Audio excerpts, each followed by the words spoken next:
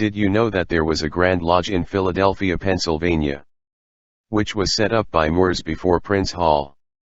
Prince Hall was made up by Caucasians Hyksos. You can clearly see the connection between this temple lodge and the African Grand Lodge in Timbuktu. The Grand Temple Lodge in Timbuktu was built in 1327 by Moors under the leadership of Kankan Musa Musa, who was Musa of Mali, West Africa. The Grand Temple on the left was built by Moors as well, Africans. The Moorish Grand Lodge of Pennsylvania, which they added the officially, the Right Worshipful Grand Lodge of the most ancient and honorable fraternity of free and accepted Masons of Pennsylvania and Masonic jurisdictions thereunto belonging, is the premier Masonic organization in the Commonwealth of Pennsylvania. The Moorish Grand Lodge is on 33 North Broad Street, Philadelphia, Pennsylvania, 19107.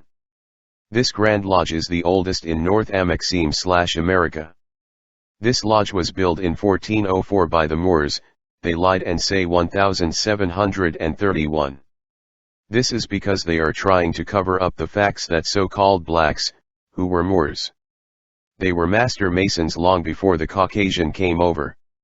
They paint this story that Moors were brought over as slaves. This is the biggest game ever. He really wants to keep this lie going. This temple lodge was built and ran by Moors for 376 years, until 1780. They begin infiltrating in 1733, and by 1781 the Caucasians completely took over this lodge. They ran the Moors out of their own lodge they started. They had to cover up a lot of history real fast. So they got to work with their trickery. Prince Hall was a code name for Grand Master Benjamin Banneker Bey, also known as Chief Justice Big Ben Bey Emmanuel Muali, Prince of the Nape of the Continental Congress. He was born on November 9, 1731 in Bridgetown, Barbados. Mary Banneker Bey, his mother, was from Bridgetown, Barbados. His father was a wealthy Moor named Robert Freeman Banneker Bey from Guinea. His father was a Malayan Moor, which are Mandingo from Guinea is northwest Africa. He goes back to Kankan Musa Musa people, the Mandinka. He met Mary Banneker in Barbados. Barbados is an Eastern Caribbean island and an independent British Moors Commonwealth nation. Bridgetown, the capital, is a cruise ship port with colonial buildings and businesses. In 1731 his mother and father with their newborn son moved to America. They purchased a 100-acre farm in Baltimore, Maryland. Keep in mind, Banneker father and mother family had money. In 1737, Banneker was named at the age of 6 on the deed of his family's 100-acre, 0.40 square kilometers, farm in the Patapsco Valley in rural Baltimore County. As a young teenager, Banneker met and befriended Peter Heinrich, a Quaker so-called Jewish guy who later established a school near the Banneker family farm. Banneker's parents sent him to the school where he learned reading, writing and arithmetic. Banneker attended the school from the age of 5 until 8 years old. He went all the way to the 3rd grade. After this he was entirely self-educated. Until he attended Codrington College in Barbados in 1748.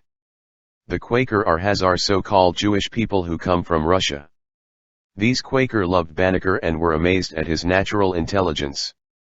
Banneker was a pure unadulterated genius. Heinrich the Quaker shared his personal library and provided Banneker with his only classroom instruction. Banneker's formal education, if any, presumably ended when he was old enough to help on his family's farm. This is a clock built by hand, by Benjamin Banneker himself. In 1753, at the age of 22, Banneker completed a wooden clock that struck on the hour, making the first clock to be built completely in America. He appears to have modeled his clock from a borrowed pocket watch by carving each piece to scale. The clock purportedly continued to work until his death. After his father died in 1759, Banneker lived with his mother and sisters. Banneker traveled all up and down the East Coast. He even visited his family on his mother's side in Bridgetown, Barbados many times. At the age 33, when visiting the city of Boston, he met a young lady named Sarah Ritchie who he fell in love with. A year later he was married to Sarah Ritchie Banneker Bay in 1765. He became a master mason in 1767. In 1768, he signed a Baltimore County petition to move the county seat from Joppa to Baltimore. An entry for his property in a 1773 Baltimore County tax list identified Banneker as the only adult member of his household. Banneker sold his land in Baltimore and moved to Boston, Massachusetts. Like we said in 1767, he became a member of the Moorish/African Grand Temple Lodge in Pennsylvania. When the devil began to infiltrate the Grand Lodge, they couldn't never get past fellow craftsmen. We never taught them the real rituals. Benjamin broke off and created a new lodge to preserve the original A.E.O. and the Moorish rites. The York rites was started with 11 tablets used from ancient Egypt which the Moors helped them out. The Scottish rite was started by Caucasians who stole 22 tablets from ancient Egypt. 22 plus 11 equals 33 degrees, this is how they get their 33 degrees, which is not square. 90 or 360 is square. They still couldn't translate the tablets right without us. So they made up everything from 3 to 33 degrees, which they call honorary studies. They are fake and phony, not real Masons. What have they built besides weapons of mass destruction? He's not laying stone for real.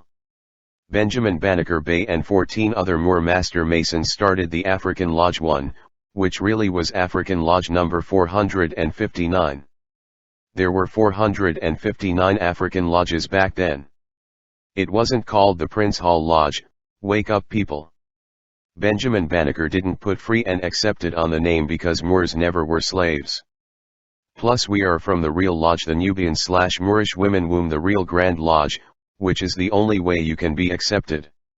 They lied and say Prince Hall, who is Benjamin, and 14 other free so-called black men petitioned for admittance to the white men Boston St. John's Lodge and they were declined.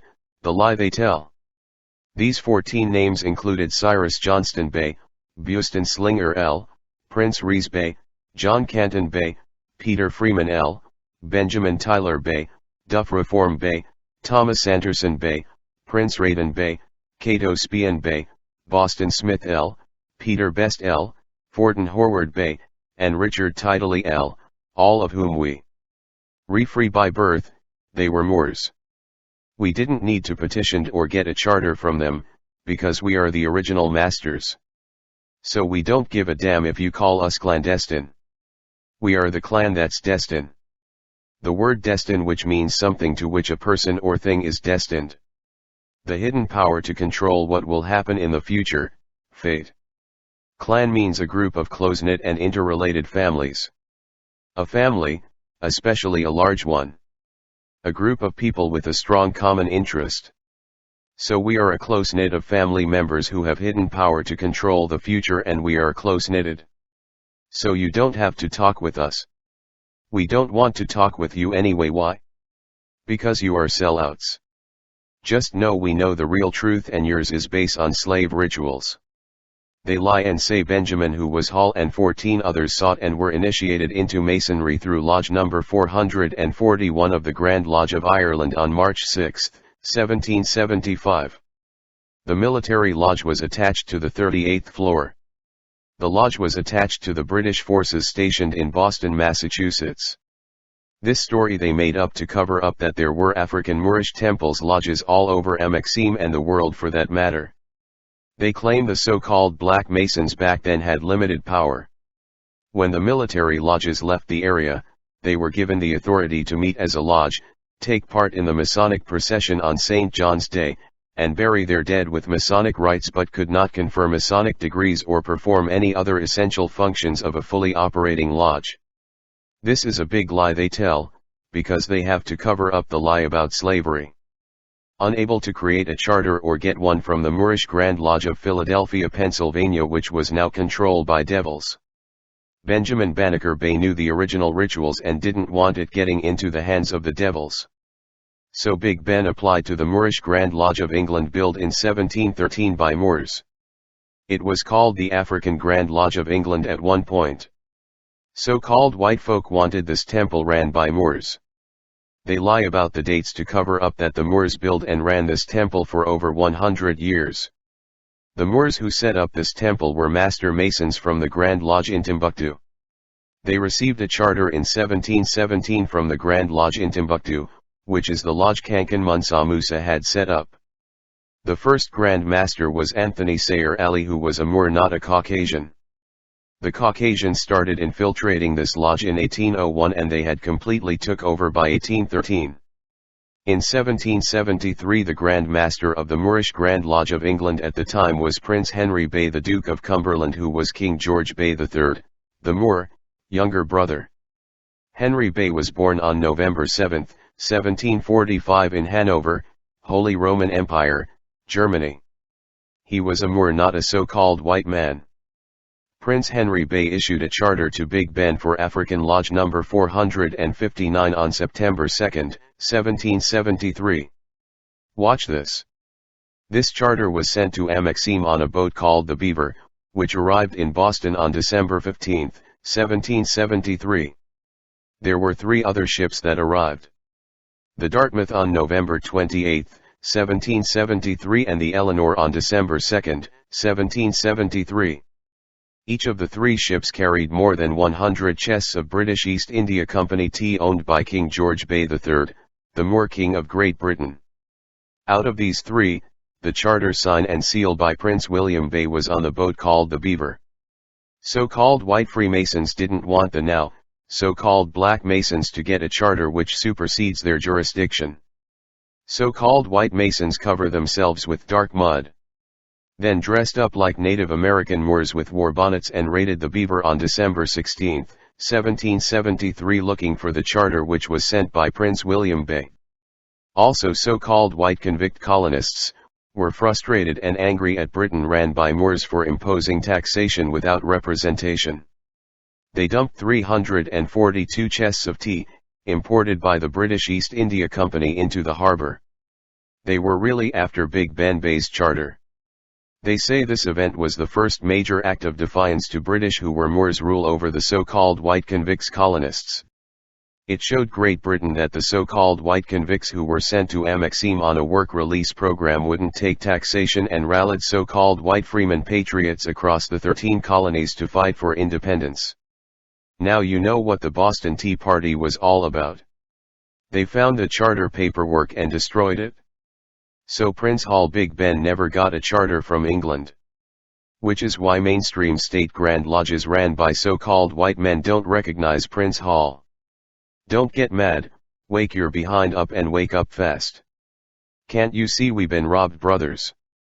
Big Ben Bey later found out that he didn't need a charter. All he needed is 7 free-born Moor master mason to start his temple lodge.